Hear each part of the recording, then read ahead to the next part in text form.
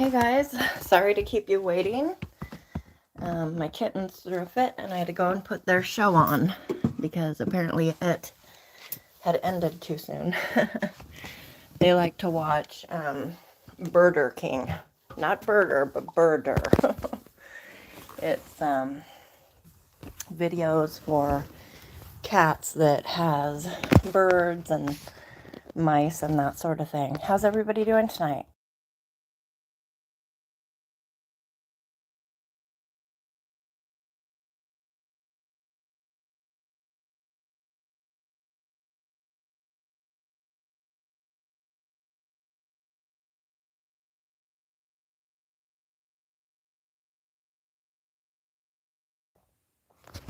Okay.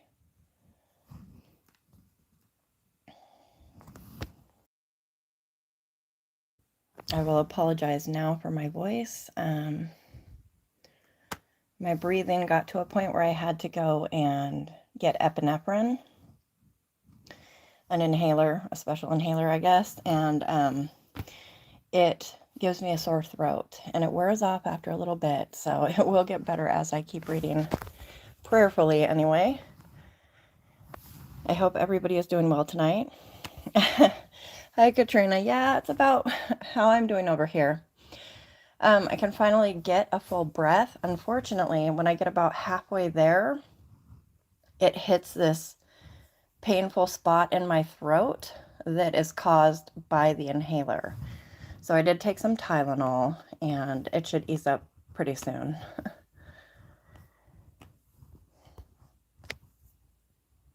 I had hoped it would ease off quicker. Okay, so out of that one and into here. So tonight we will be starting in Ecclesiastes, chapter 1 all the way through 12. Before I get going, though, if anybody needs prayer, of course, please don't hesitate to ask. Thank you for being here with me, and God bless you.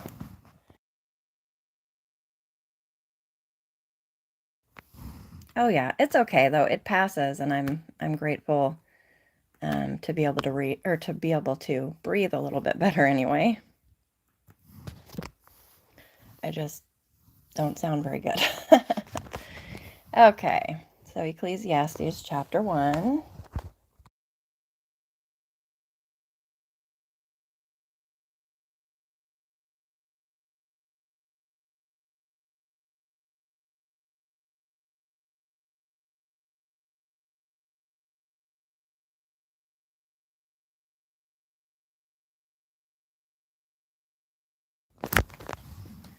The words of the preacher, the son of David, king in Jerusalem.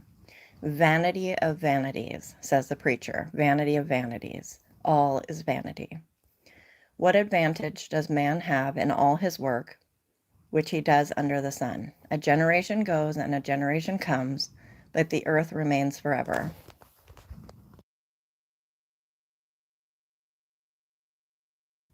Oh, no worries, Katrina. I'm just glad you're here.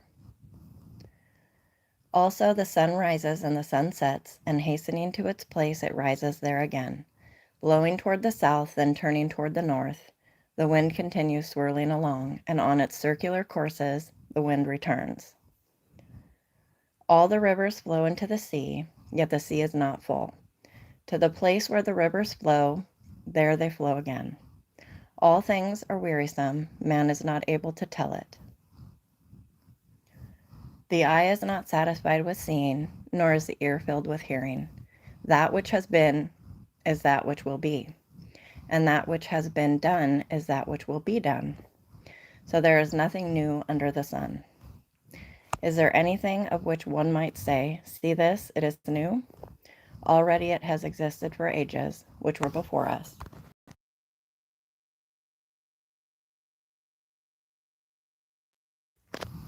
There is no remembrance of earlier things, and also of the later things which will occur. There will be for them no remembrance among those who will come later still. I, the preacher, have been king over Israel in Jerusalem, and I set my mind to seek and explore by wisdom concerning all that has been done under heaven. It is a grievous task which God has given to the sons of men to be afflicted with. I have seen all the works which have been done under the sun, and behold, all is vanity and striving after wind. What is crooked cannot be straightened, and what is lacking cannot be counted.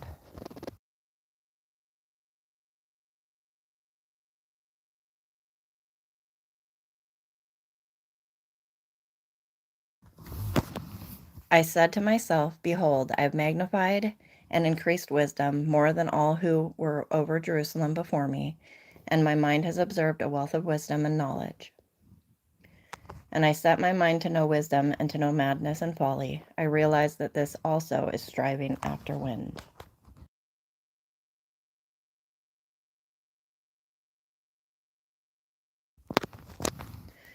Because in much wisdom there is much grief, and increasing knowledge results in increasing pain. And that was Ecclesiastes 1. I said to myself, come now, I will test you with pleasure. So enjoy your. And behold, it too was futility.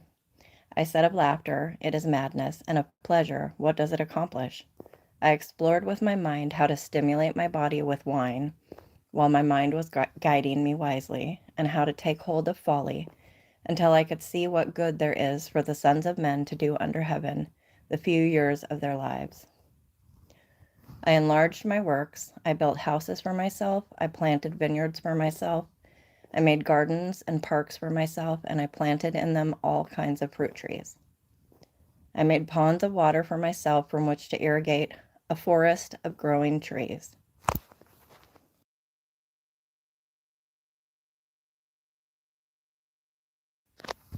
I bought male and female slaves, and I had home-born slaves. Also, I possessed flocks and herds larger than all who preceded me in Jerusalem. Also, I collected for myself silver and gold and the treasure of kings and provinces. I provided for myself male and female singers and the pleasures of men, many concubines. Then I became great and increased more than all who preceded me in Jerusalem. My wisdom also stood by me. All that my eyes desired, I did not refuse them.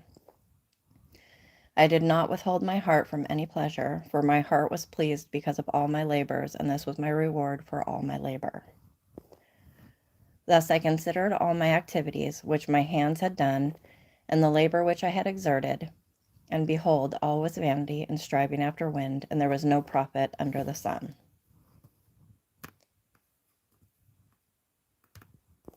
So I turned to consider wisdom, madness, and folly. For what will the man do who will come after the king except what has already been done? And I saw that wisdom excels folly as light excels darkness. The wise man's heart, I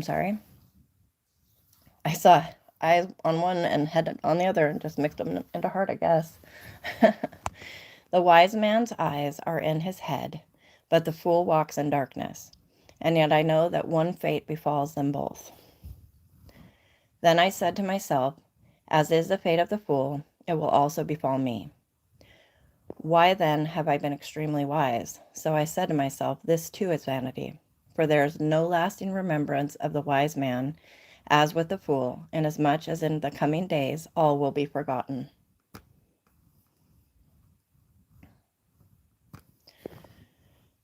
And how the wise man and the fool alike die. So I hated life, for the work which had been done under the sun was grievous to me, because everything is futility and striving after wind.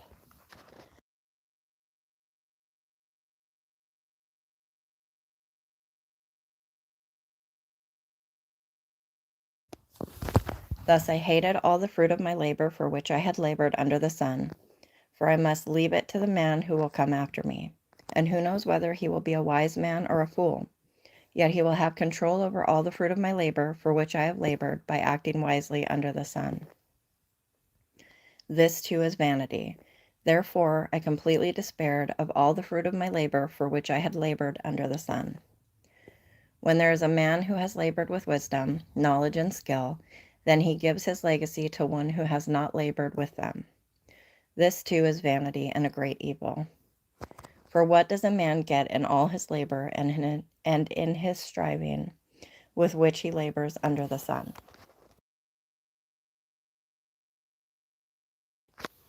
Because all his days his task is painful and grievous, even at night his mind does not rest. This too is vanity. There is nothing better for a man than to eat and drink and tell himself that his labor is good. This also I have seen, that it is from the hand of God. For who can eat and who can have enjoyment without him?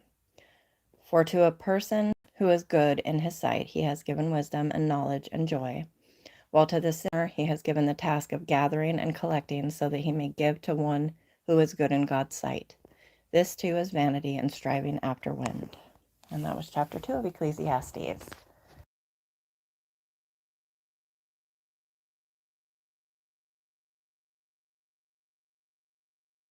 I'm going to take a drink before I read the next chapter. If anybody needs prayer, please don't hesitate to ask.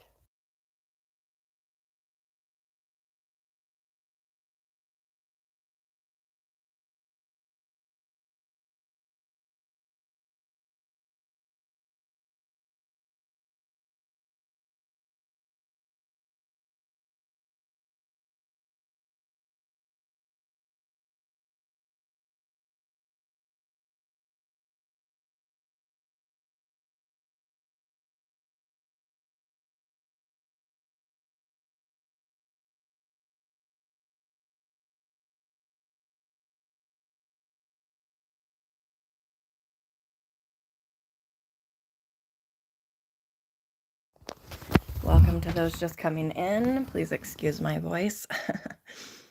I have a sore throat, but I'm hoping it'll pass here as I continue reading.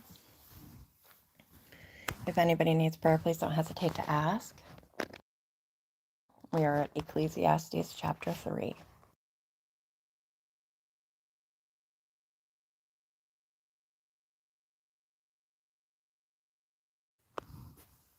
There is an appointed time for everything, and there is a time for every event under heaven. A time to give birth and a time to die, a time to plant and a time to uproot what is planted, a time to kill and a time to heal, a time to tear down and a time to build up, a time to weep and a time to laugh, a time to mourn and a time to dance, a time to throw stones and a time to gather stones, a time to embrace and a time to shun embracing, a time to search and a time to give up as lost, a time to keep and a time to throw away, a time to tear apart and a time to sew together, a time to be silent and a time to speak, a time to love and a time to hate, a time for war and a time for peace.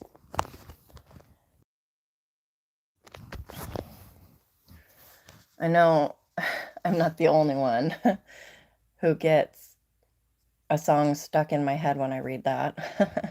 An oldies song. What profit is there to the worker from that in which he toils? I have seen the task which God has given the sons of men with which to occupy themselves.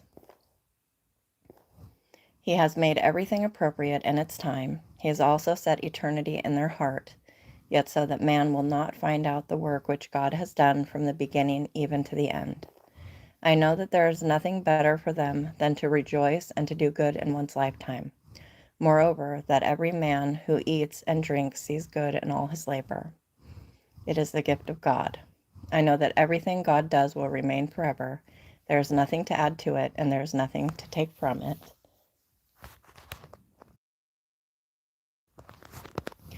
For God has so worked that men should fear him. That which is has been already, and that which will be has already been. For God seeks what has passed by.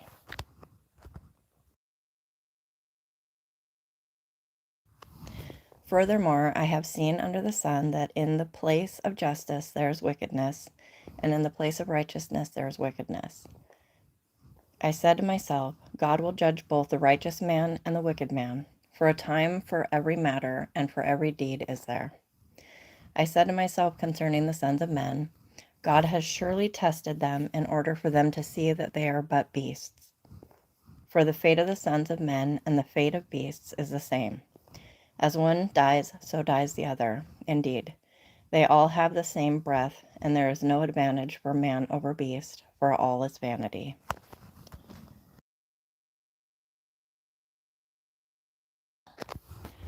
All go to the same place, all came from the dust, and all return to the dust. Who knows that the breath of man ascends upward, and the breath of the beast descends downward to the earth? I have seen that nothing is better that man should be happy in his activities, for that is his lot. For who will bring him to see what will occur after him? And that was chapter 3 of Ecclesiastes.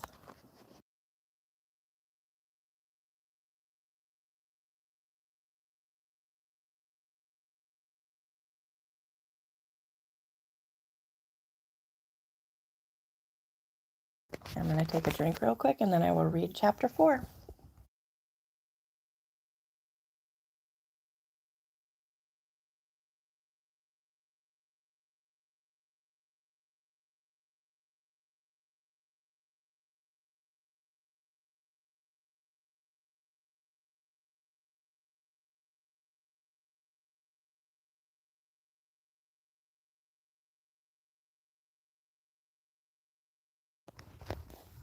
Okay. Then I looked again at all the acts of oppression which were being done under the sun, and behold, I saw the tears of the oppressed, and that they had no one to comfort them. And on the side of their oppressors was power, but they had no one to comfort them. So I congratulated the dead who were already dead more than the living who are still living. But better off than both of them is the one who has never existed, who has never seen the evil activity that is done under the sun.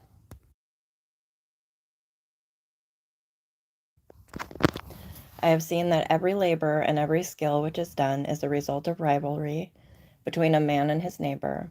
This too is vanity and striving after wind. The fool folds his hands and consumes his own flesh. One handful of rest is better than 2 fistfuls of labor and striving after wind. Then I looked again at vanity under the sun. There was a certain man without a dependent, having neither a son nor a brother, yet there was no end to all his labor. Indeed, his eyes were not satisfied with riches, and he never asked, "And for whom am I laboring and depriving myself of pleasure?"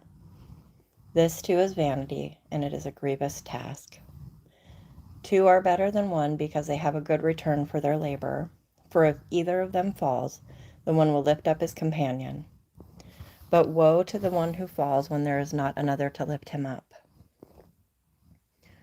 Furthermore, if 2 lie down together, they keep warm. But how can one be warm alone? And if one can overpower him who is alone, 2 can resist him. A cord of 3 strands is not quickly torn apart. A poor yet wise lad is better than an old and foolish king who no longer knows how to receive instruction. For he has come out of prison to become king, even though he was born poor in his kingdom. I have seen all the living under the sun throng to the side of the second lad who replaces him. There is no end to all the people, to all who were before them, and even the ones who will come later will not be happy with him. For this too is vanity and striving after wind. And that was chapter 4 of Ecclesiastes. And I am going to take you up with me to make myself a cup of tea. Oh, hey, that rhymed. Let's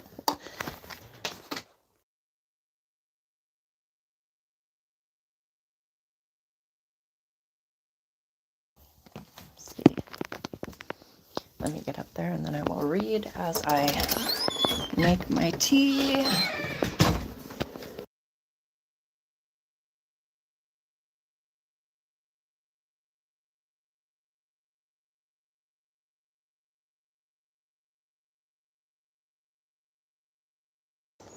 Okay.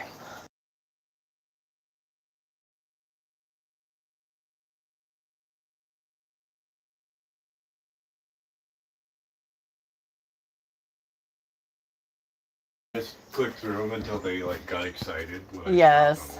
Yeah, they love the mice, but they like the birds too.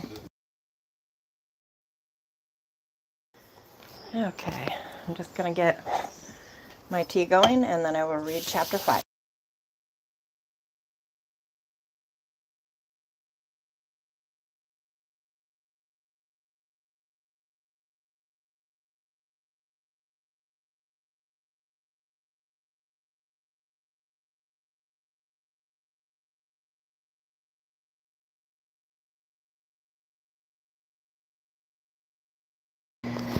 Guard your steps as you go to the house of God, and draw near to listen rather than to offer the sacrifice of fools, for they do not know that they are doing evil. Do not be hasty in word or impulsive in thought to bring up a matter in the presence of God. For God is in heaven, and you are on earth. Therefore let your words be few.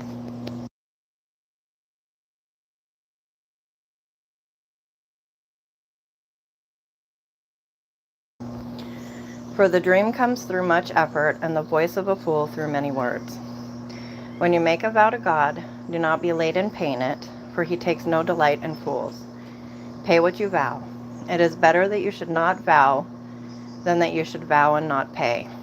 And that reminds me of the guy we read, probably a week and a half ago now, who swore to God that if he helped him get through the battle, his name started with a J. I can't think of it right now, but he would give whatever came through his door when he got home, and it was his daughter. So yeah, don't vow unless you are really sure you're going to come through with it. It is better that you should not vow, again I say, than that you should vow and not pay. Do not let your speech cause you to sin, and do not say in the presence of the messenger of God that it was a mistake. And I don't think you were out of earshot. I thought it was rear shot. Out of rear shot. Oh my goodness. Please excuse my brother. We just laugh about it around here, honestly, with 4 boys, and such is life, right? And it's all vanity. It's all in vain, and it's okay. Just gonna get my tea bag going in here, and it's sure not gonna be Darjeeling tonight, because the Darjeeling that I had yesterday, it sucked the moisture right out of my mouth and made it feel like I had paper towels wrapped around my tongue or something. So tonight I'm going to try honey lemon spice. I think it has ginger and stuff in it that will possibly numb my throat a little bit. Okay. Oh wow, my brother passes gas and suddenly my viewers go down to 0. Tough crowd tonight.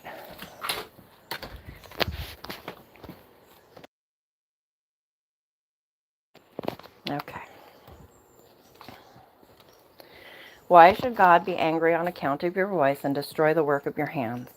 For in many dreams and in many words there is emptiness. Rather, fear God. If you see oppression of the poor and denial of justice and righteousness in the province, do not be shocked at the sight, for one official watches over another official, and there are higher officials over them.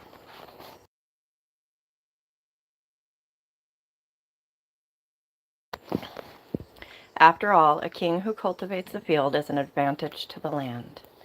He who loves money will not be satisfied with money, nor he who loves abundance with its income. This too is vanity. When good things increase, those who consume them increase. So what is the advantage to their owners except to look on?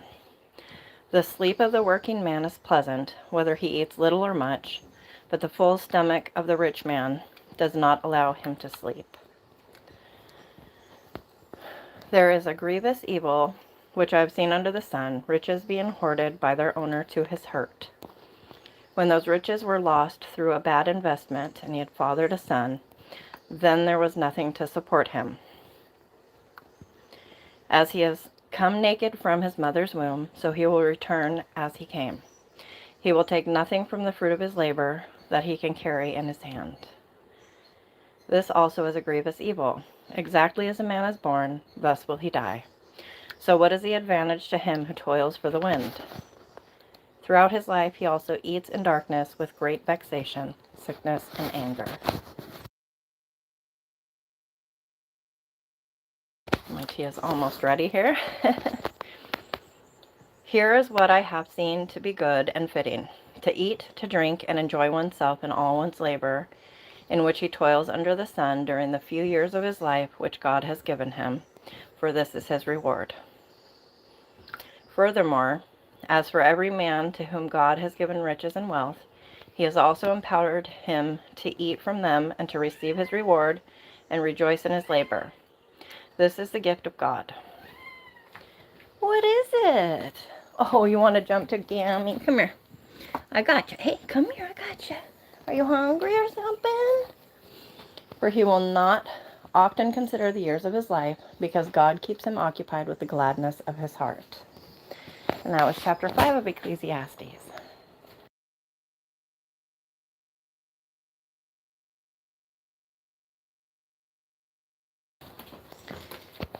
Okay, and now my kittens are insisting on a can of food. So I'm going to throw that down, and then I will scurry back to my room to read in quiet. So please bear with me.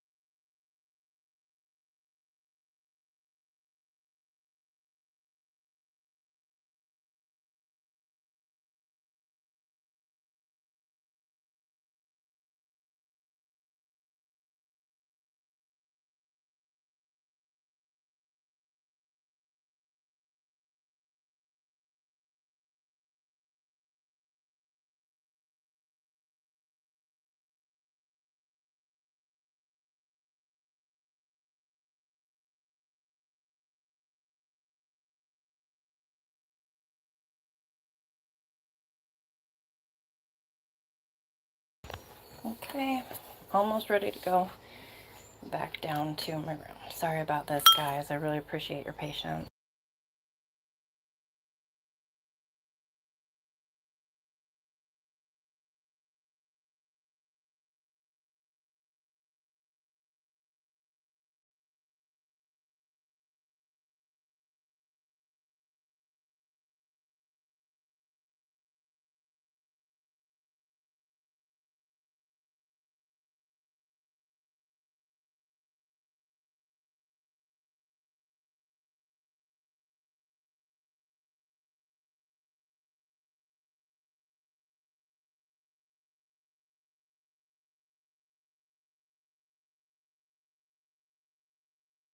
Okay, and now I am walking back to my room with my tea. The cats are fed. And my creaky.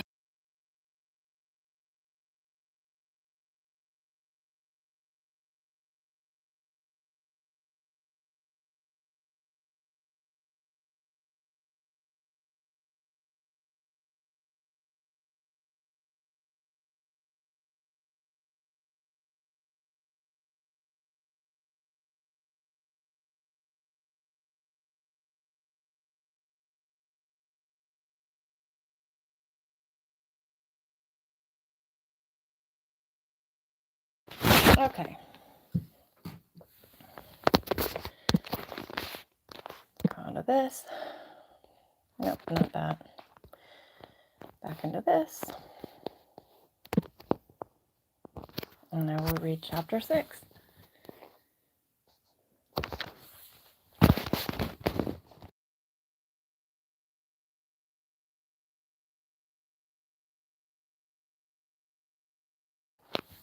There is an evil which I have seen under the sun, and it is prevalent among men.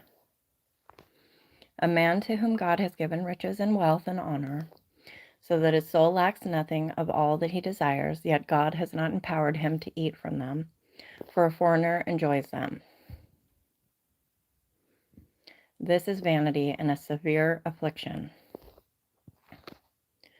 If a man fathers 100 children and lives many years, however many they be, but his soul is not satisfied with good things, and he does not even have a proper burial, then I say, better the miscarriage than he, for it comes in futility and goes into obscurity, and its name is covered in obscurity.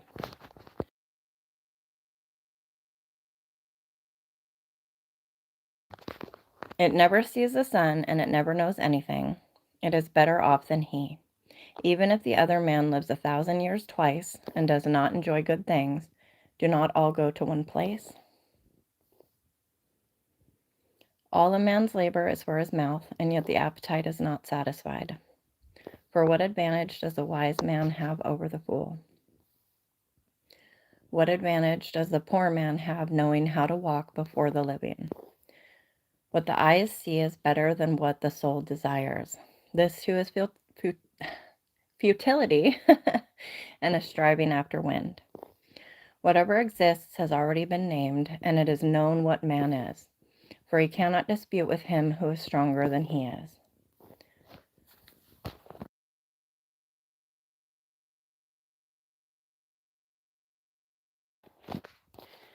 For there are many words which increase futility.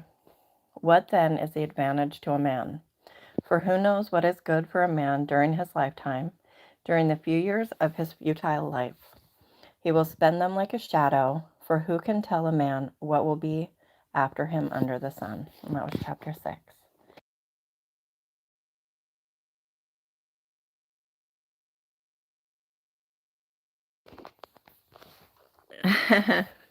You've read through it, and yet you feel like you're just hearing it for the first time.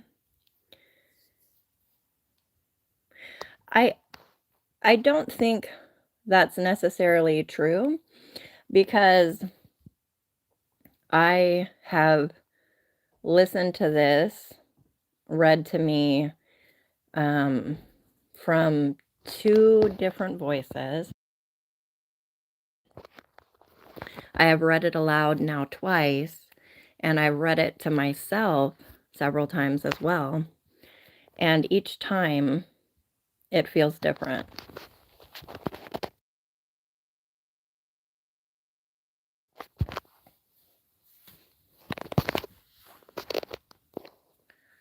But I mean, that doesn't mean that you shouldn't study it more, or if you do feel convicted, then, dig in for certain.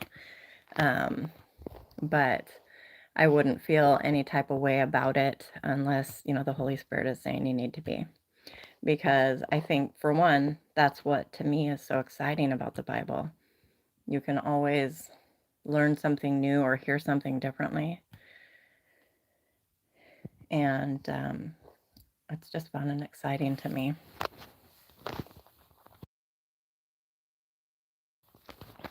Okay.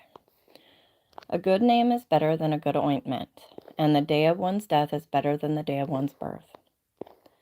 It is better to go to a house of mourning than to go to a house of feasting, because that is the end of every man, and the living takes it to heart. Sorrow is better than laughter, for when a face is sad, a heart may be happy. The mind of the wise is in the house of mourning, while the mind of fools is in the house of pleasure. It is better to listen to the rebuke of a wise man than for one to listen to the song of fools. For as the crackling of thorn bushes under a pot, so is the laughter of the fool, and this too is futility.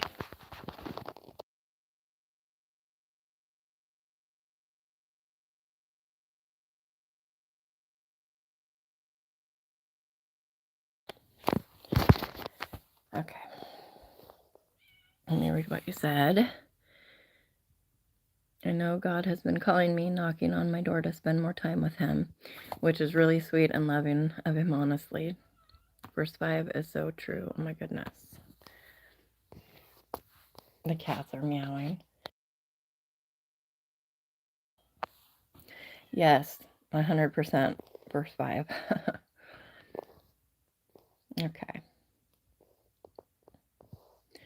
For oppression makes a wise man mad, and a bribe corrupts the heart. The end of a matter is better than its beginning. Patience of spirit is better than haughtiness of spirit.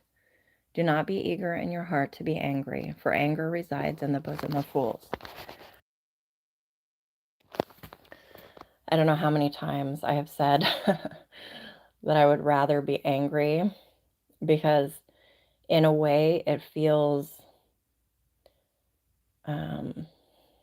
better to be angry than to let the anger go and feel the sadness and the pain. Do you know what I'm saying? But we have to do that to heal, for one, and because we're called to, right?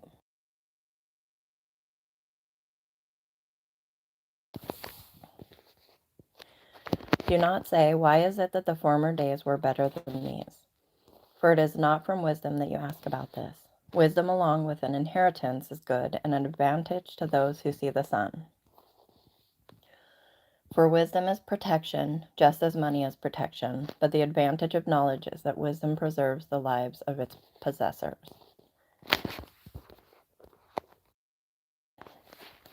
Consider the work of God, for who is able to straighten what he has bent? In the day of prosperity be happy, but in the day of adversity consider, God has made the one as well as the other, so that man will not discover anything that will be after him. I have seen everything during my lifetime of futility. There is a righteous man who perishes in his righteousness, and there is a wicked man who prolongs his life in his wickedness. Do not be exceedingly righteous, and do not be overly wise. Why should you ruin yourself? Do not be excessively wicked, and do not be a fool. I gotta bear with me a moment. I need to, actually, I think I can do it right here in this app if I just, yeah. Does it really say that? The wording is so odd. Let me scroll back up here.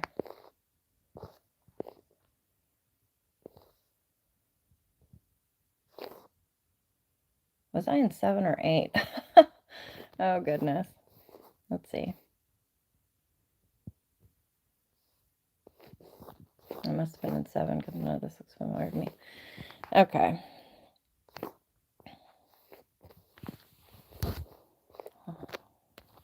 Oh, no. No, don't do that.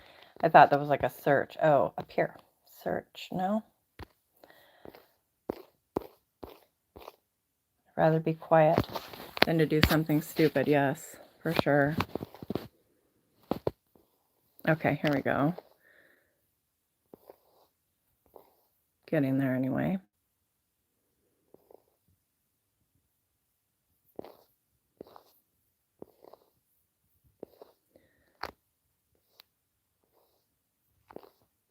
Goodness.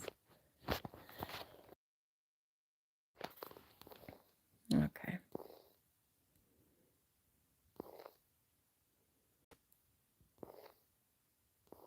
Okay, now we're getting there. Be not righteous overmuch, neither make thyself overwise. Why shouldest thou destroy thyself? Be not overmuch wicked, neither be thou foolish. Why shouldest thou die before thy time? Okay. So it does. It does say it.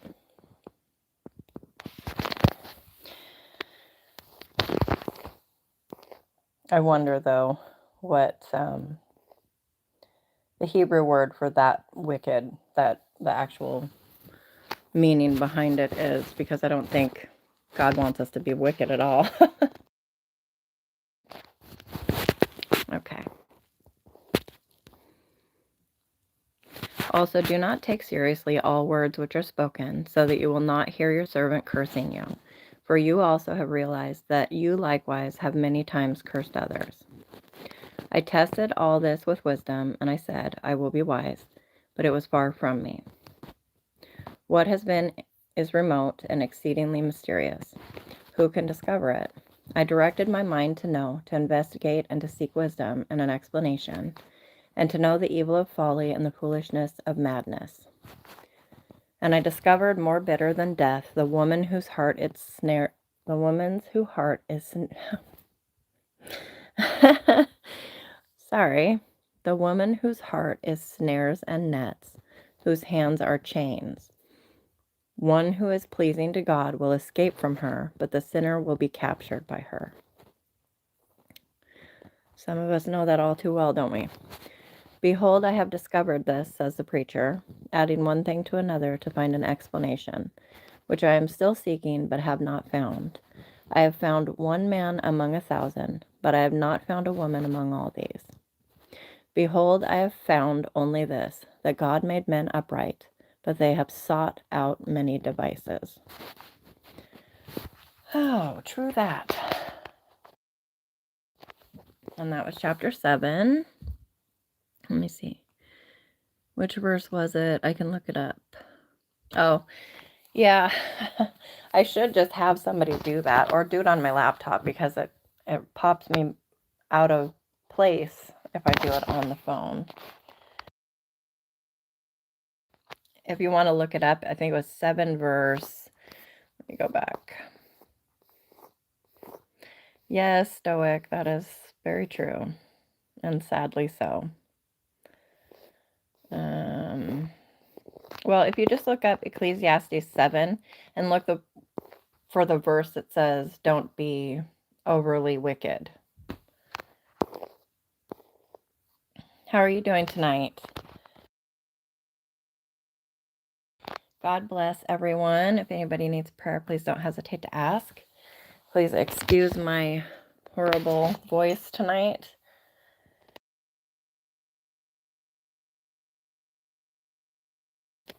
I do think it is trying to ease up a little bit, though.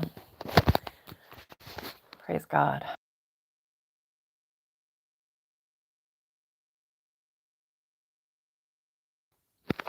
Are you able to cross-reference that and see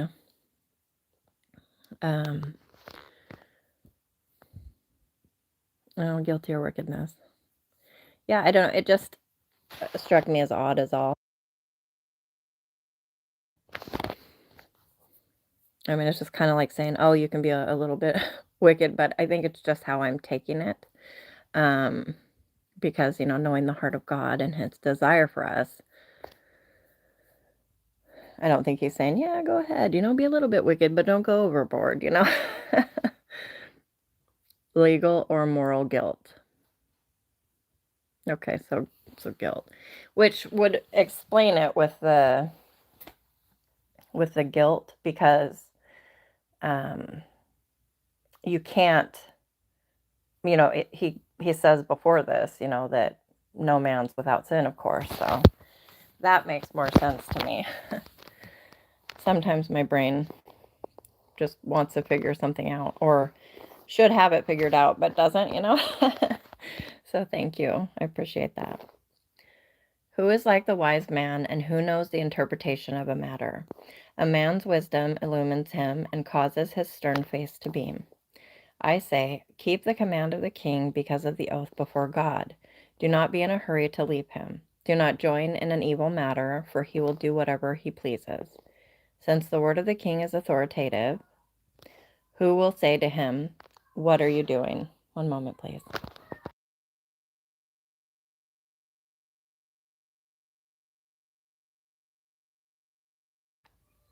Praise God, I was able to get an appointment for her to get fixed. It's driving me nuts. You guys pray for me.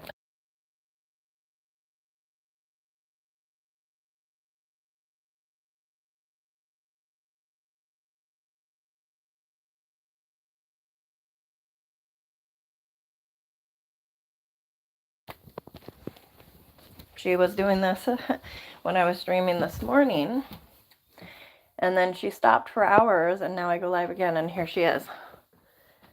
I don't know why she has to come down by my room. Ugh. I try to be as patient as I can because I know she can't help it, but goodness, it drives me batty. Okay. Since the word of the king is authoritative, who will say to him, what are you doing? He who keeps a royal command experiences no trouble, for a wise heart knows the proper time and procedure. For there is a proper time and procedure for every delight, though a man's trouble is heavy upon him.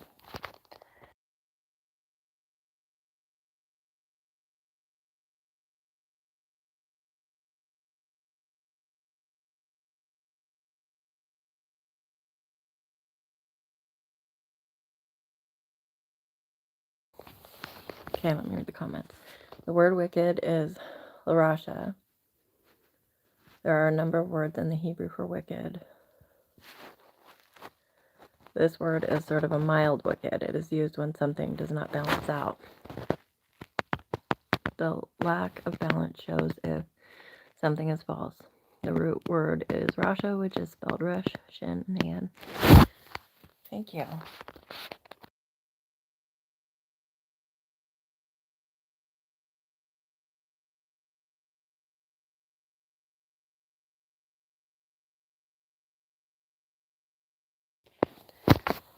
If no one knows what will happen, who can tell him when it can happen, or when it will happen? No man has authority to restrain the wind with the wind, or authority over the day of death, and there is no discharge in the time of war, and evil will not deliver those who practice it.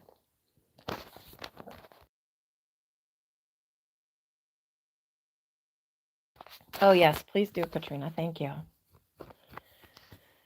All this I have seen and applied my mind to, every deed that has been done under the sun, wherein a man has exercised authority over another man to his hurt. So then, I have seen the wicked buried, those who used to go in and out from the holy place, and they are soon forgotten in the city where they did thus. This too is futility.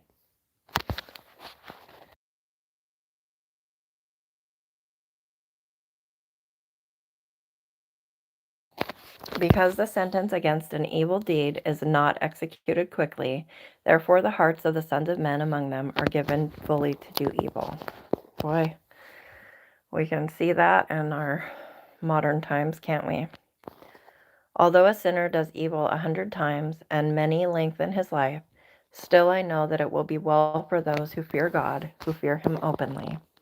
But it will not be well for the evil man, and he will not lengthen his days like a shadow, because he does not fear God. There is futility which is done on the earth, that is, there are righteous men to whom it happens according to the deeds of the wicked. On the other hand, there are evil men to whom it happens according to the deeds of the righteous. I say that this too is futility. So I commended pleasure, for there is nothing good for a man under the sun except to eat and to drink and to be merry. And this will stand by him in his toils throughout the days of his life, which God has given him under the sun.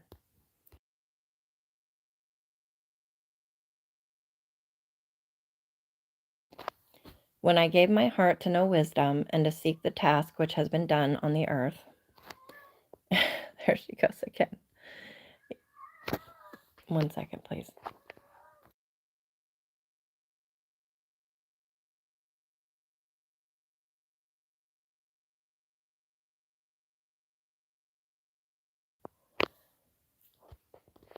I swear, Satan is using that cat. She's a distraction and a stumbling block. No, okay, just joking.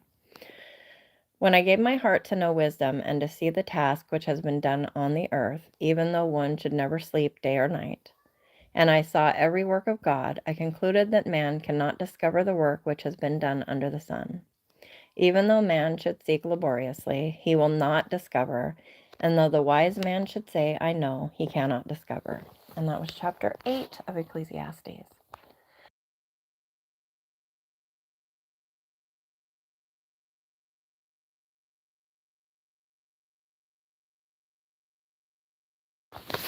I would like to learn Aramaic. I've always wanted to, but I don't think my mind can.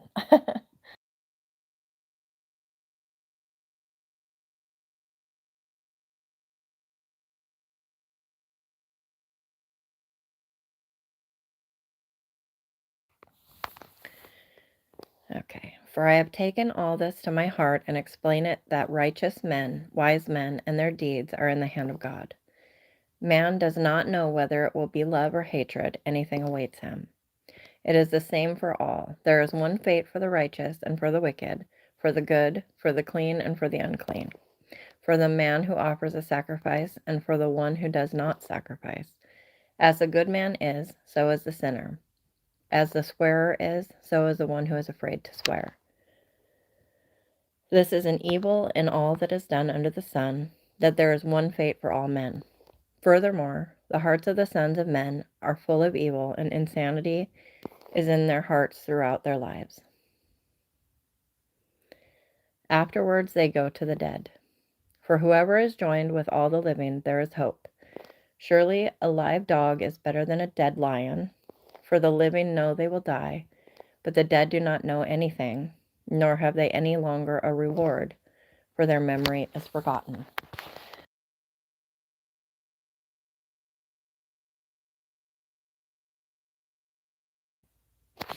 Indeed, their love, their hate, and their zeal have already perished, and they will no longer have a share in all that is done under the sun.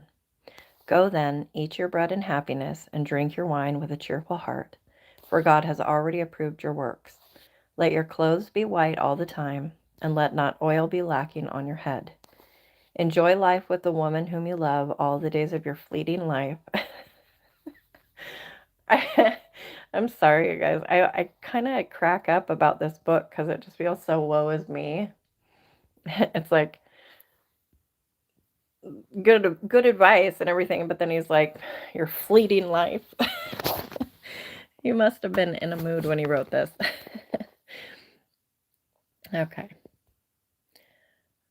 Enjoy the life with the woman whom you love all the days of your fleeting life, which he has given to you under the sun, for this is your reward in life, and is your toil in which you have labored under the sun. Oh, truly, Katrina. Yeah, stoic, really. I mean, we're in the world here, but we cannot be part of it. And honestly, to me, it's so easy not to be, because to me, the agenda and the evil and the enemy's schemes, to me, it's also blatantly obvious. So, I mean, but I understand how it can lure people in, at least some of it. Some of it, it's like, how does anybody fall for that? But, okay. Whatever your hand finds to do, do it with all your might. Oh, wait. Okay. Whatever your hand finds to do, do it with all your might, for there is no activity or planning or knowledge or wisdom in Sheol where you are going. I again saw under the sun that the race is not the swift, and the battle is not the warriors, and neither is bread to the wise, nor wealth to the discerning, nor favor to men of ability, for time and chance overtake them all.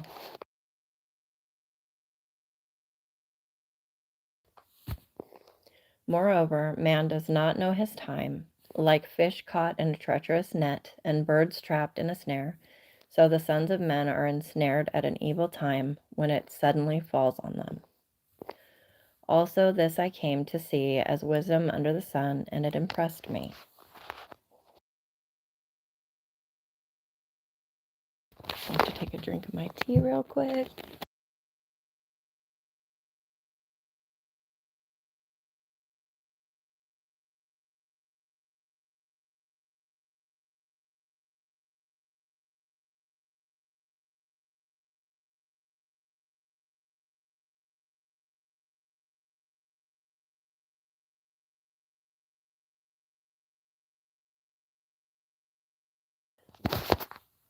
There was a small city with few men in it, and a great king came to it, surrounded it, and constructed large siege works against it. But there was found in it a poor wise man, and he delivered the city by his wisdom. Yet no one remembered that poor man. So I said, wisdom is better than strength, but the wisdom of the poor man is despised, and his words are not heeded.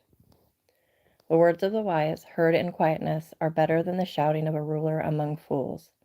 Wisdom is better than weapons of war, but one sinner destroys much good. Sadly, very, very true. Let me catch some comments here. Life is but a breath. Yes, blink of an eye, right? The more I find out, the more my heart breaks. I agree, Katrina. Stoic said, memento mori. Remember you will die thinking about your death daily. So we understand it more. The dipper constellation in the heavens declares works. Remember Judas Iscariot riot? No king's protest?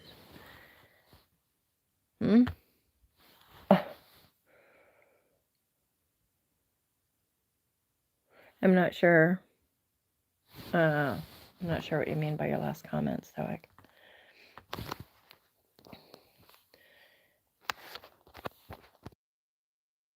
could just be a little slow because I'm sick. Dead flies make a perfumer's oil stink, so a little foolishness is weightier than wisdom and honor.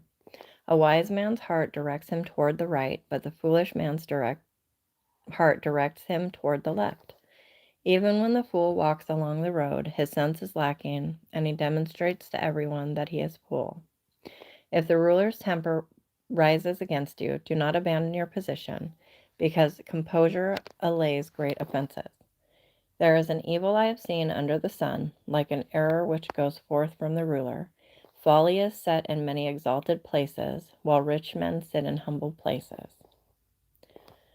I have seen slaves riding on horses, and princes walking like slaves on the land. He who digs a pit may fall into it, and a serpent may bite him who breaks through a wall. He who quarries stones may be hurt by them, and he who splits logs may be endangered by them.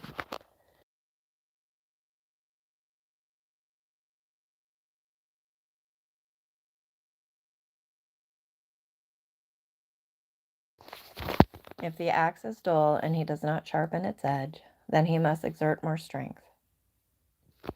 Wisdom has the advantage of giving success.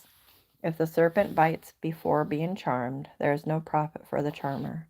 Words from the mouth of a wise man are gracious, while the lips of a fool consume him. The beginning of his talk is folly, and the end of it is wicked madness. Yet the fool multiplies words. No man knows what will happen, and who can tell him what will come after him? The toil of a fool so wearies him that he does not even know how to go to a city. Woe to you, O land, whose king is a lad and whose princes feast in the morning. Blessed are you, O land, whose king is of nobility and whose princes eat at the appropriate time, for strength and not for drunkenness.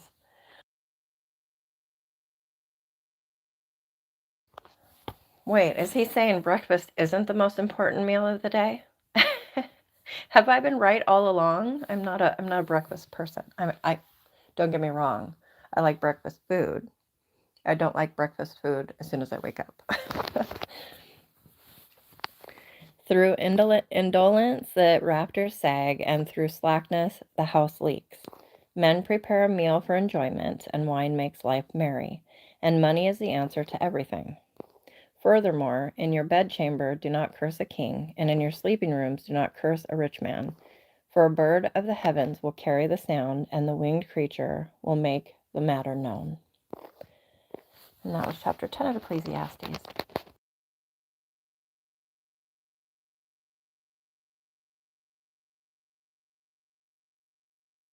Let me see. Oh, yeah. It's, I read something today. Let me see if I still have it in my, things. I'll just I'll paste it right here if I have it. Whole bunch of stuff. Oh, I guess I must not have it anymore. Huh. Unless it was right away. No. Well, it was a guy I follow. I can't think of his name right off the top of my head. But he was talking about everything that's going on right now. It's just showing how close we are, and how this is the end times, with everybody calling things that are evil good and good evil, and the lawlessness and everything. Katrina said, "Oh my goodness, by the way, I prayed for change at my work, and God has been answering my prayers. He's definitely been my strength, helping me through it. That's wonderful. I need a vacation ASAP, though, just to breathe. Oh, I bet." Where did breakfast start? I don't know. Probably with public schools. Not that long ago. Now I'm sure that, eating before going out to do farm work and all that stuff was always a thing. Okay. Cast your bread on the surface of the waters, for you will find it after many days. Divide your portion to 7, or even to 8, for you do not know what misfortune may occur on the earth. If the clouds are full, they pour out rain upon the earth, and whether a tree falls toward the south or toward the north, wherever the tree falls, there it lies. But does it make a sound? Solomon in all his wisdom. I wonder what his answer for that question would be. If a tree falls with nobody around, does it make a sound? I mean, I think it makes a sound.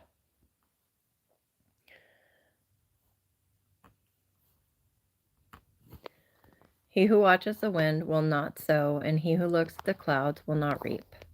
Just as you do not know the path of the wind and how bones are formed in the womb of the pregnant woman, so you do not know the activity of God who makes all things.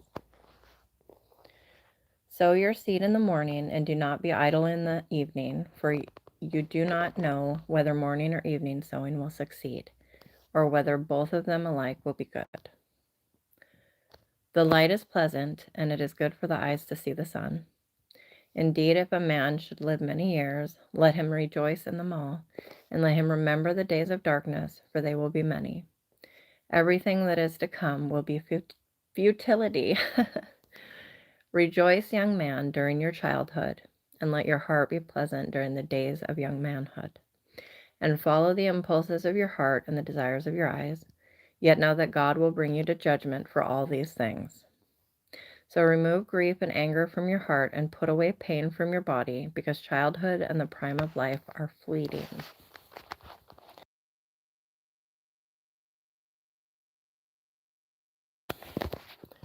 Remember also your Creator in the days of your youth, before the evil days come and the years draw near when you will say, I have no delight in them.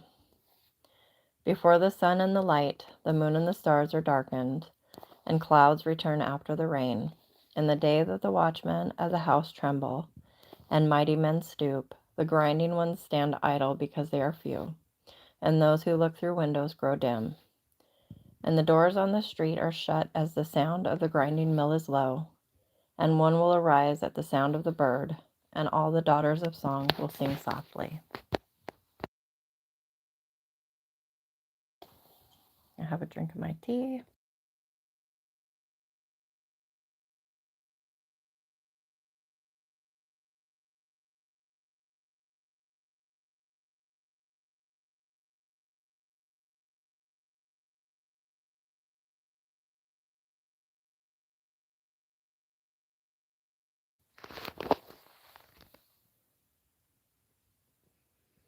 Furthermore, men are afraid of a high place and of terrors on the road.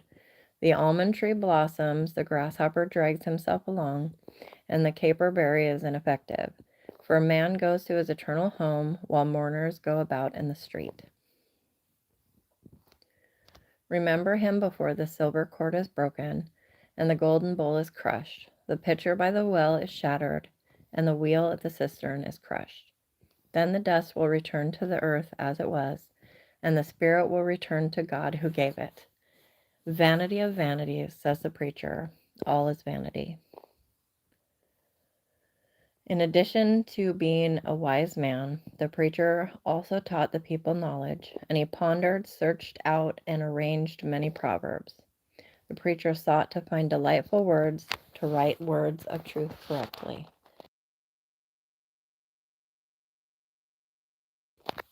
The words of wise men are like goads, and masters of these collections are like well-driven nails. They are given by one shepherd. But beyond this, my son, be warned. The writing of many books is endless, and excessive devotion to books is wearying to the body. The conclusion, when all has been heard, is fear God and keep his commandments, because this applies to every person. For God will bring every act to judgment, everything which is hidden, whether it is good or evil. And that was the end of Ecclesiastes.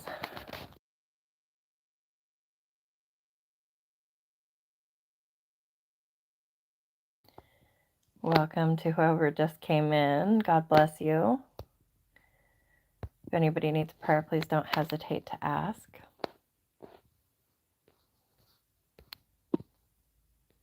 I think we're probably going to read the 1Kings 10 through 11 and 2 Chronicles 9, and then Proverbs 30 through 31. And I'll probably end there tonight for the sake of my throat. Okay.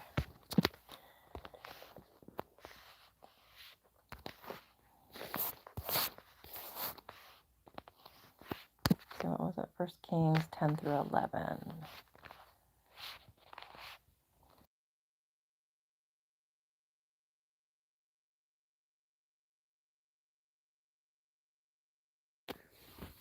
What do you mean, hold on about Windows, Katrina?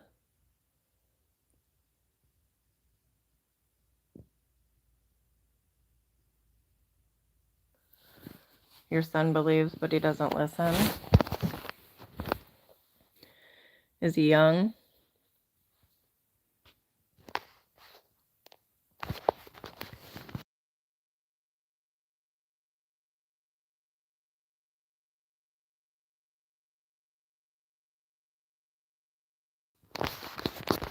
Now when the queen of Sheba heard about the fame of Solomon concerning the name of the Lord, she came to test him with difficult questions. So she came to Jerusalem with a very large retinue, with camels carrying spices and very much gold and precious stones. When she came to Solomon, she spoke with him about all that was in her heart. Solomon answered all her questions. Nothing was hidden from the king which he did not explain to her. When the queen of Sheba perceived all the wisdom of Solomon, the house that he had built, the food of his table, the seating of his servants, the attendance of his waiters and their attire, his cupbearers, and his stairway by which he went up to the house of the Lord, there was no more spirit in her. Then she said to the king, "It was a true report which I heard in my own land about your words and your wisdom. Nevertheless, I did not believe the reports until I came and my eyes had seen it. And behold, the half was not told me. You exceed in wisdom and prosperity the report which I heard. How blessed are your men, how blessed are these your servants who stand before you continually and hear your wisdom. Blessed be the Lord your God, who delighted in you to set you on the throne of Israel, because the Lord loved Israel forever. Therefore he made you king to do justice and righteousness."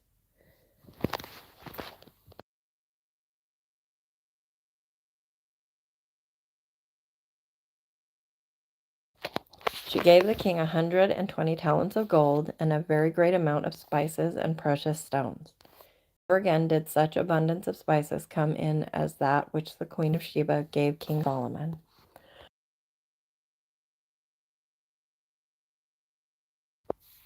Also the ships of Hiram, which brought gold from Ophir, brought in from Ophir a very great number of almug trees and precious stones. The king made of the almug trees supports for the house of the Lord and for the king's house, also lyres and harps for the singers. Such almug trees have not come in again, nor have they been seen to this day. It's interesting, huh? King Solomon gave to the queen of Sheba all her desire which she requested, besides what he gave her according to his royal bounty. Then she turned and went to her own land together with her servants.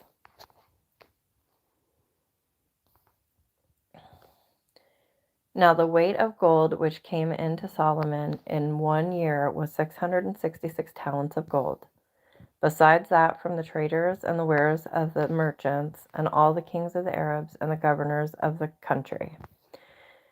King Solomon made 200 large shields of beaten gold, using 600 shekels of gold on each large shield. He made 300 shields of beaten gold, using 3 minas of gold on each shield. And the king put them in the house of the forest of Lebanon. Moreover, the king made a great throne of ivory and overlaid it with refined gold. There were 6 steps to the throne, and a round top to the throne at its rear, and arms on each side of the seat, and 2 lions standing beside the arms.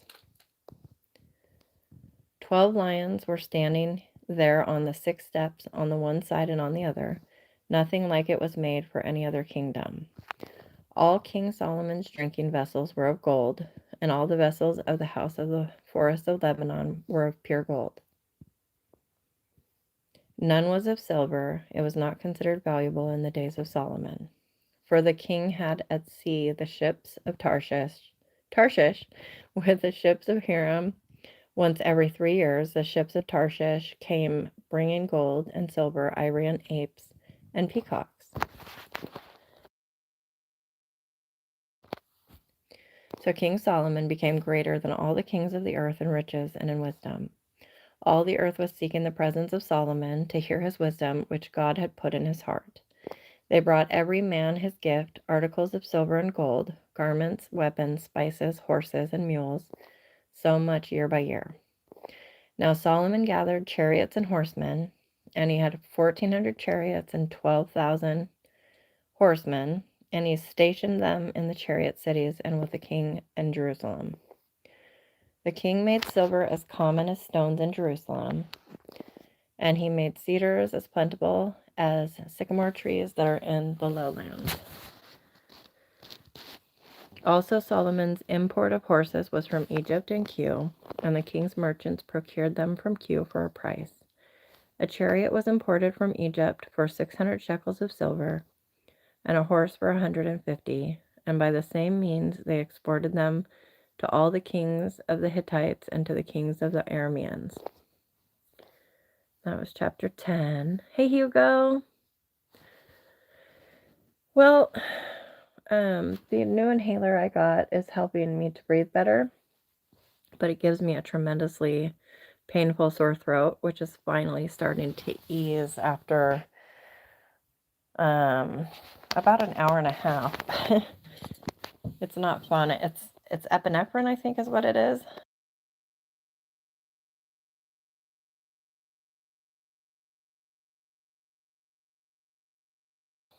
But I am breathing much better than I was earlier today. That is for sure. Praise God.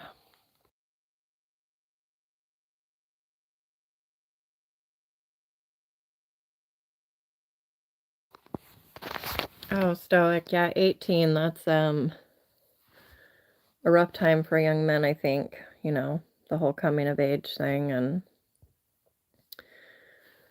let me see. Well, I think we're coming down with a cold for one, but other than that, I'm not really sure, except for just the damage that my lungs have from what I call OG COVID. The only other thing, which I really don't want to think about, for like 5 years, I think it's been 5 or 6 years since they originally found nodules in my lungs, and they were tiny, tiny, tiny. And I have to have them scanned once a year, but I haven't in a couple years. And the last time they were, one of them had doubled in size, which is still super duper tiny. But it went from, and don't quote me on this, but it went from like millimeters to centimeters, with how much bigger it got. But still watch and wait kind of thing. So that's the only other thing I can think. So it's time to get that scan done and just make sure. But I'm sure it's just something that will hopefully pass. Thank you for asking. Yes. God will sustain me, come what may. Now King Solomon loved many foreign women, along with the daughter of Pharaoh, Moabite, Ammonite, Edomite, Sidonian, and Hittite women, from the nations concerning which the Lord had said to the sons of Israel, "You shall not associate with them, nor shall they associate with you, for they will surely turn your heart away after their gods. Solomon in all his wisdom was still a man. I'm sorry that sounds rude, but still a man, and I think men especially struggle with lust. Not that women don't as well, but I think a man in a position of power, I think it's probably even harder. But Solomon held fast to these in love. He had 700 wives, princesses, and 300 concubines, and his wives turned his heart away. What's crazy to me is I wouldn't want one wife. Like, big ups to y'all who can handle a woman. I am one, and I don't want one. But to have multiple and 1,000, that's just wild. For when Solomon was old, his wives turned his heart away after other gods, and his heart was not wholly devoted to the Lord his God, as the heart of David his father had been. For Solomon went after Ashtaroth, the goddess of the Sidonians, and after Milcom, the detestable idol of the Ammonites. No, he had 700 wives and 300 concubines.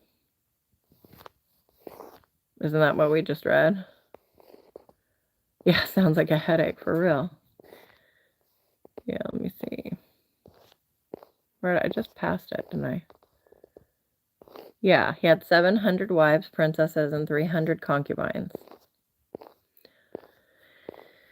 That's a lot of women. Like, who has time? Apparently he did. Okay.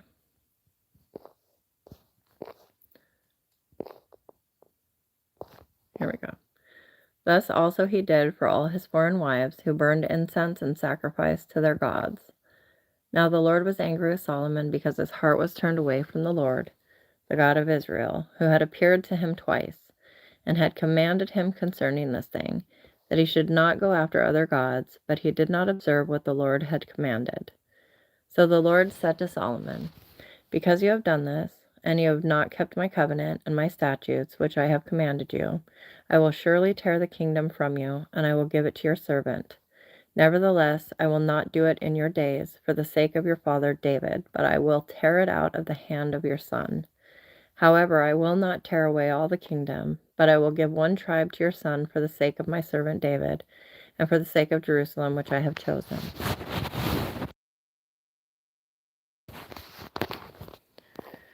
Then the Lord raised up an adversary to Solomon, Hadad the Edomite. He was the royal line in Edom. For it came about, when David was in Edom, and Joab the commander of the army had gone up to bury the slain, and had struck down every male in Edom, for Joab and all Israel stayed there 6 months, until he had cut off every male in Edom, that Hadad fled to Egypt. He had certain Edomites of his father's servants with him, while Hadad was a young boy. They arose from Midian and came to Paran, and they took men with them from Paran and came to Egypt, to Pharaoh king of Egypt, who gave him a house and assigned him food and gave him land. Now Hadad found great favor before Pharaoh, so that he gave him in marriage the sister of his own wife, the sister of Tapines the queen. The sister of Tapines bore his son Genubath, whom Tapines weaned in Pharaoh's house, and Genubath was in Pharaoh's house among the sons of Pharaoh. But when Hadad heard in Egypt that David slept with his fathers, and that Joab the commander of the army was dead, Hadad said to Pharaoh, send me away that I may go to my own country. Then Pharaoh said to him, but what have you lacked with me, that behold, you are seeking to go to your own country? And he answered, nothing, nevertheless you must surely let me go. God also raised up another adversary to him, Rezon, the son of Eliada, who had fled from his lord Hadadezer, king of Zobah. He gathered men to himself and became leader of a marauding band, after David slew them of Zobah, and they went to Damascus and stayed there and reigned in Damascus. So he was an adversary to Israel all the days of Solomon, along with the evil that Hadad did, and he abhorred Israel and reigned over Aram. Then Jeroboam the son of Nebat, an Ephraimite of Zereda, Solomon's servant, whose mother's name was Zeruiah, a widow, also rebelled against the king. Now this was the reason why he rebelled against the king. Solomon built the millow and closed up the breach of the city of his father David. Now the man Jeroboam was a valiant warrior, and when Solomon saw that the young man was industrious, he appointed him over all the forced labor of the house of Joseph. It came about at that time, when Jeroboam went out of Jerusalem, that the prophet Ahijah the Shilonite found him on the road. Now Ahijah had clothed himself with a new cloak, and both of them were alone in the field. Then Ahijah took hold of the new cloak which was on him, and tore it into 12 pieces. He said to Jeroboam, "Take for yourself 10 pieces, for thus says the Lord, the God of Israel, Behold, I will tear the kingdom out of the hand of Solomon, and give you 10 tribes. But he will have 1 tribe for the sake of my servant David, and for the sake of Jerusalem, the city which I have chosen from all the tribes of Israel. Because they have forsaken me, and have worshipped Ashtoreth, the goddess of the Sidonians, Chemosh, the god of Moab, and Milcom, the god of the sons of Ammon. And they have not walked in my ways, doing what is right in my sight, and observing my statutes and my ordinances, as his father David did. Nevertheless, I will not take the whole kingdom out of his hand, but I will make him ruler all the days of his life, for the sake of my servant David, whom I chose, who observed my commandments and my statutes. But I will take the kingdom from his son's hand and give it to you, even 10 tribes. But to his son I will give 1 tribe, that my servant David may have a lamp always before me in Jerusalem, the city where I have chosen for myself to put my name. I will take you, and you shall reign over whatever you desire, and you shall be king over Israel. Then it will be that if you listen to all that I command you, and walk in my ways, and do what is right in my sight, by observing my statutes and my commandments, as my servant David did, then I will be with you and build you an enduring house as I built for David, and I will give Israel to you. Thus I will afflict the descendants of David for this, but not always." Solomon sought, therefore, to put Jeroboam to death, but Jeroboam arose and fled to Egypt, to Shishak, king of Egypt, and he was in Egypt until the death of Solomon.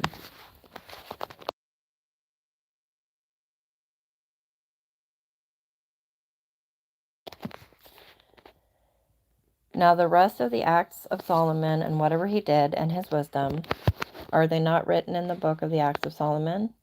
Thus the time that Solomon reigned in Jerusalem over all Israel was 40 years. And Solomon slept with his fathers, and was buried in the city of his father David, and his son Rehoboam reigned in his place.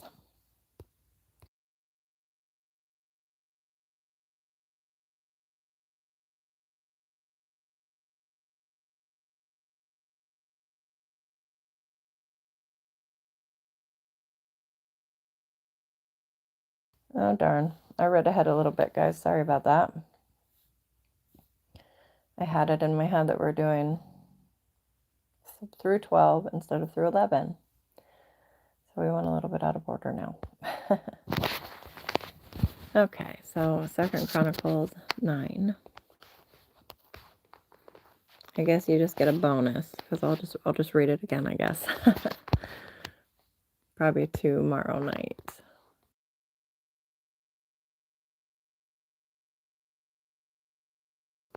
I'm just going to take a drink, and then I will carry on reading. It's interesting, because on my phone it says there are 5 people in here, but on the computer where I read the comments at, it says 3, so I'm going to refresh my screen.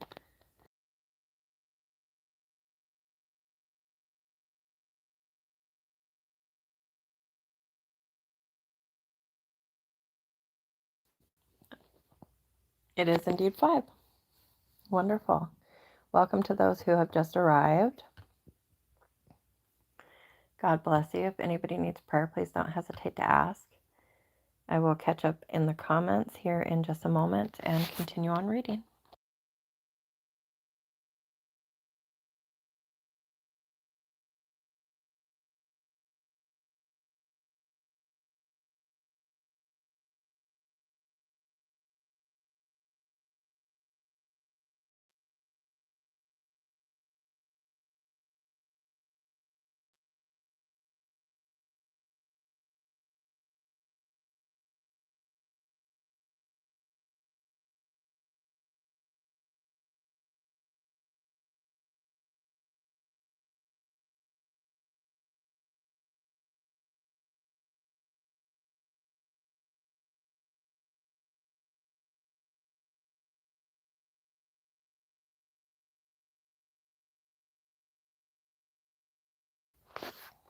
Hugo, I think you recommended that to me a while back, and I do follow them.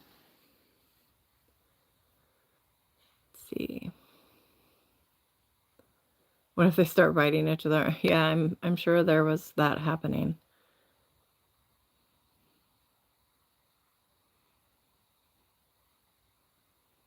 Yeah, I like people who preach from the Bible.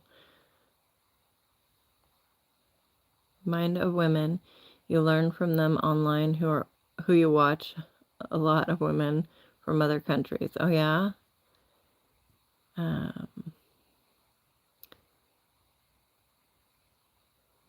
Most serve money. That's why we have to ask God for discernment about what and who we listen to. Yes. Discernment is a hard gift to live with. I, as the voice, the body language shows. God guides us. If we ask Him to, He can show us who someone isn't teaching biblically sound things. Yes, as I say almost every stream, test everything against the Word.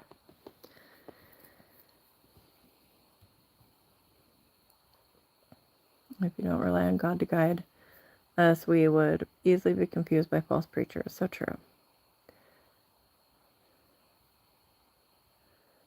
Oh, did I? Lol, I must have forgot. Oh, I see it's, no, it's on live chat. Yeah, no, I think it was like way back when that you recommended that channel. I haven't seen a video of it recently. But with all the updates and what they have on the home screen on YouTube, it's like they're showing a bunch of stuff that I'm not even interested in. Oh, hey Tanner, how are you doing tonight? Okay, 2 Chronicles 9. Oh, I already popped us over to that. I'm going to finish my tea real quick.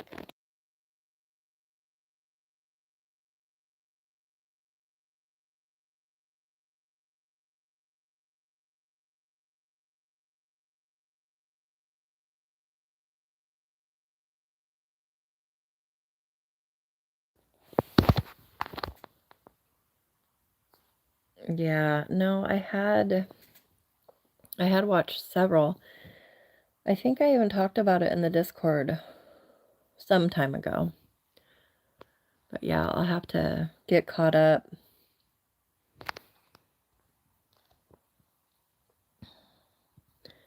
Now when the Queen of Sheba heard of the fame of Solomon, she came to Jerusalem to test Solomon with difficult questions. She had a very large retinue, with camels carrying spices, and a large amount of gold and precious stones. And when she came to Solomon, she spoke with him about all that was on her heart. Solomon answered all her questions. Nothing was hidden from Solomon which he did not explain to her. No. What part of the U.S. is it going to hit?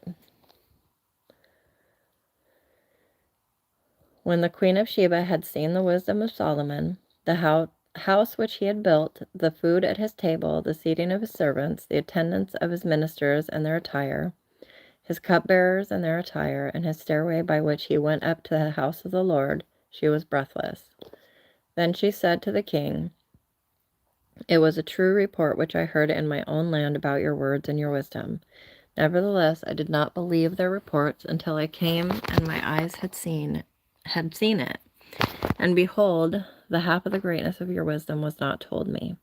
You surpass the report that I heard. How blessed are these your servants, who stand before you continually and hear your wisdom.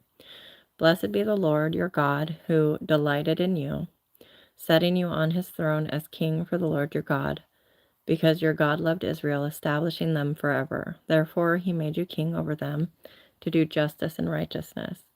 Then she gave the king 120 talents of gold and a very great amount of spices and precious stones. There had never been spice like that which the Queen of Sheba gave to Solomon. The servants of Hiram and the servants of Solomon, who brought gold from Ophir, also brought algum trees and precious stones. From the algum trees the king made steps for the house of the Lord and for the king's palace, and lyres and harps for the singers, and none like that was seen before in the land of Judah. King Solomon gave to the queen of Sheba all her desire which she requested, besides a return for what she had brought to the king. Then she turned and went to her own land with her servants.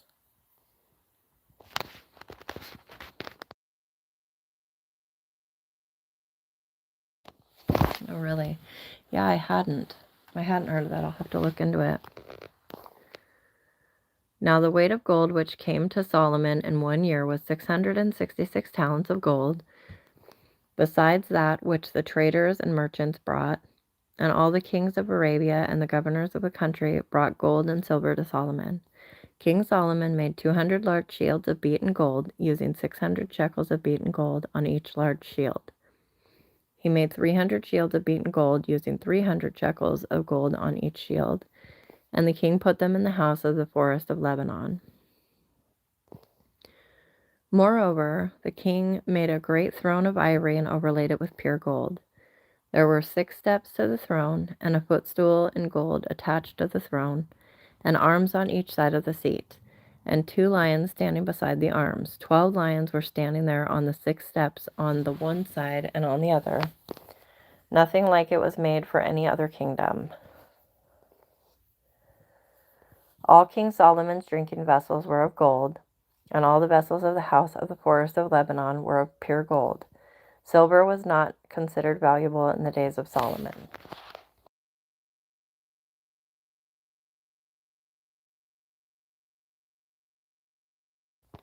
For the king had ships which went to Tarshish with servants of Hiram. Once every 3 years, the ships of Tarshish came bringing gold and silver, ivory, and apes and peacocks. So King Solomon became greater than all the kings of the earth in riches and wisdom. And all the kings of the earth were seeking the presence of Solomon to hear his wisdom which God had put in his heart. They brought every man his gift, articles of silver and gold, garments, weapons, spices, horses, and mules, so much year by year. Now Solomon had 4,000 stalls for horses and chariots and 12,000 horsemen, and he stationed them in the chariot cities and with the king in Jerusalem. He was the ruler over all the kings from the Euphrates River, even to the land of the Philistines, and as far as the border of Egypt. The king made silver as common as stones in Jerusalem, and he made cedars as plentiful as sycamore trees that are in the lowland. And they were bringing horses for Solomon from Egypt and from all countries. Now the rest of the acts of Solomon, from first to last, are they not written in the records of Nathan the prophet, and in the prophecy of Ahijah the Shilonite, and in the visions of Iddo the seer concerning Jeroboam the son of Nebat? Solomon reigned 40 years in Jerusalem over all Israel. And Solomon slept with his fathers and was buried in the city. My mouth just went crazy. Was buried in the city of his father David, and his son Rehoboam reigned in his place. And that was chapter 9 of 2 Chronicles.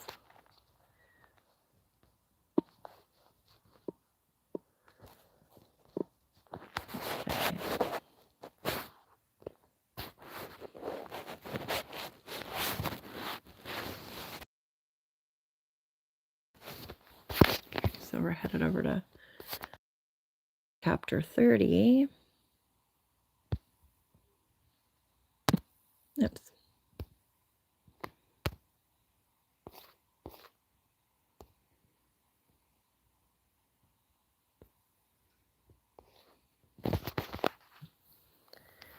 Welcome to those just coming in. If you need prayer, please don't hesitate to ask.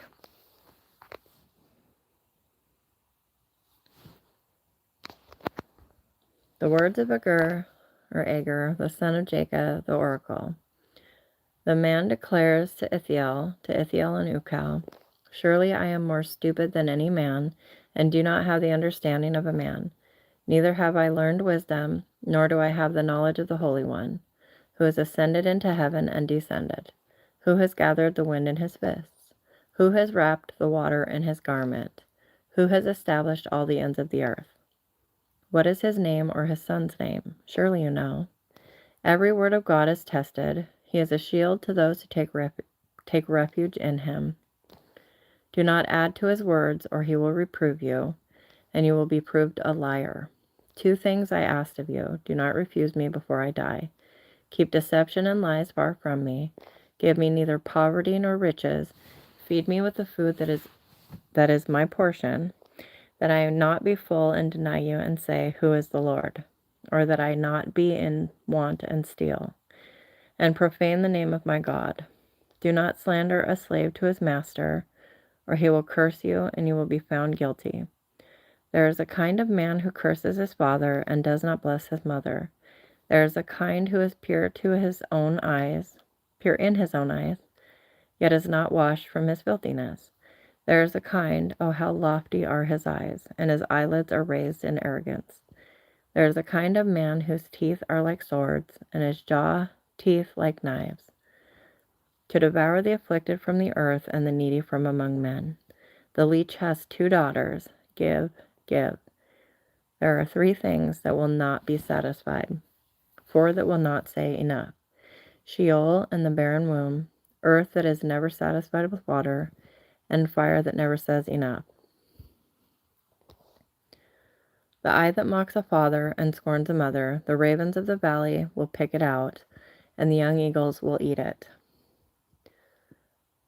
There are 3 things which are too wonderful for me, 4 which I do not understand. The way of an eagle in the sky, the way of a serpent on a rock, the way of a ship in the middle of the sea, and the way of a man with a maid. This is the way of an adulterous woman. She eats and wipes her mouth, and says, I have done no wrong. Under 3 things the earth quakes, and under 4 it cannot bear up. Under a slave when he becomes king, and a fool when he is satisfied with food. Under an unloved woman when she gets a husband, and a maidservant when she supplants her mistress. 4 things are small on the earth, but they are exceedingly wise. The ants are not a strong people, but they prepare their food in the summer. The Shephanim are not mighty people, yet they make their houses in the rocks. The locusts have no king, yet all of them go out in ranks. The lizard you may grasp with the hands, yet it is in kings' palaces. There are 3 things which are stately in their march, even 4 which are stately when they walk. The lion which is mighty among beasts, and does not retreat before any. The strutting rooster, the male goat also, and a king when his army is with him. If you have been foolish in exalting yourself, or if you have plotted evil, put your hand on your mouth, for the churning of milk produces butter, and pressing the nose brings forth blood. So the churning of anger produces strife.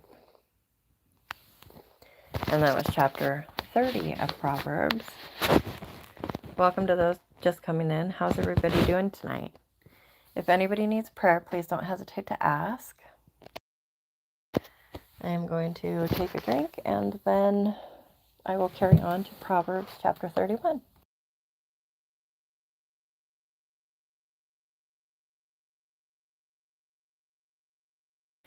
No train yet. It's funny whenever the train comes by and you're not here, or even when I'm not live, I'm thinking of Hugo.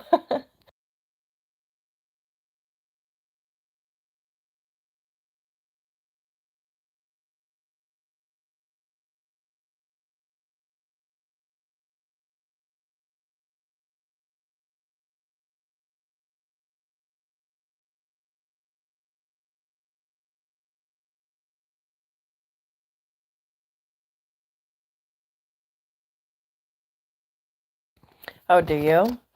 I actually have an old ASMR video I made, gosh, like quite a long time ago, that has some train sounds in it. Hi, Carla. How are you doing tonight? We have another Carla, unless you changed your name.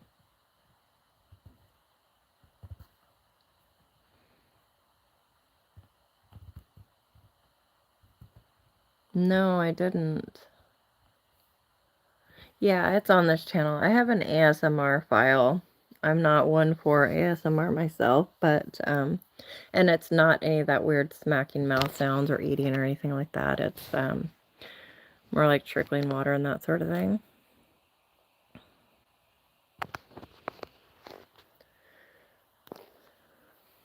The words of King Lemuel, the oracle which his mother taught him.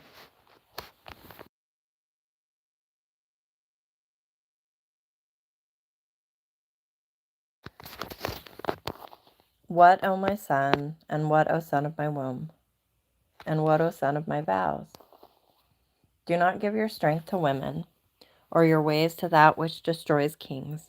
It is not for kings, O Lemuel. It is not for kings to drink wine, or for rulers to desire strong drink.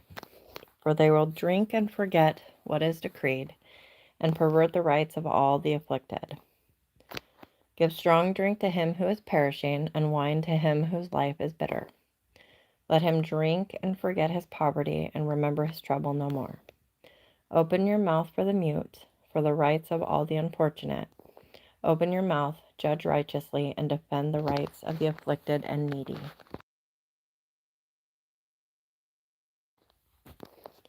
An excellent wife who can find? For her worth is far above jewels. The heart of her husband trusts in her, and he will have no lack of gain. She does him good and not evil all the days of her life. She looks for wool and flax, and works with her hands in delight. She is like merchant ships. She brings her food from afar. She rises also while it is still night, and gives food to her household and portions to her maidens. She considers a field and buys it. From her earnings she plants a vineyard. She girds herself with strength and makes her arms strong. She senses that her gain is good. Her lamp does not go out at night. She stretches out her hands to the distaff, and her hands grasp the spindle. She extends her hand to the poor, and she stretches out her hands to the needy. She is not afraid of the snow for her household, for all her household are clothed with scarlet. She makes coverings for herself. Her clothing is fine linen and purple. Her husband is known in the gates when he sits among the elders of the land. She makes linen garments and sells them, and supplies belts to the tradesmen. Strength and dignity are her clothing, and she smiles at the future. She opens her mouth in wisdom, and the teaching of kindness is on her tongue. She looks well to the ways of her household, and does not eat the bread of idleness. Her children rise up and bless her, her husband also, and he praises her, saying, Many daughters have done nobly, but you excel them all. Charm is deceitful, and beauty is vain, but a woman who fears the Lord, she shall be praised. Give her the product of her hands, and let her works praise her in the gates. And that was chapter 31 of Proverbs.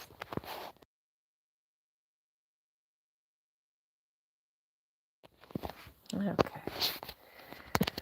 Where are we headed next? Back to Kings.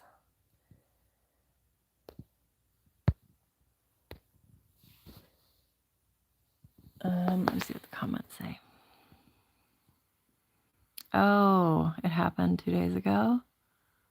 Oh no, I hadn't heard of that.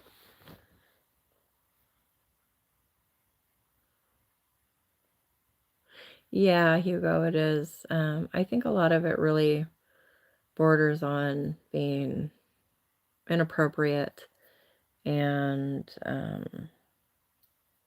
even worse. You know what I mean? Um, yeah, that's weird that I didn't hear about that. That's terrible. I'll be in prayer for them for sure. Yeah, we are already, I think, over 100 days into this reading plan, in just 20 days or something. So we're quite ahead. But I was going to continue reading, but my throat is really bothering me, guys, and I don't want to. My chest is starting to bother me again, too, and I just think I need to rest. But it was lovely for you guys to join me here tonight. Having you here for conversation is always such a blessing to me, and I really appreciate you. If you're not already in the Discord, You can find the link in my channel description, as well as my email and my Facebook and so on and so forth. I'd love to get to know you all better, and we do have a channel in there for prayer and a voice chat for when we have a guest, and we have funnies in general and post-stream discussion and things like that.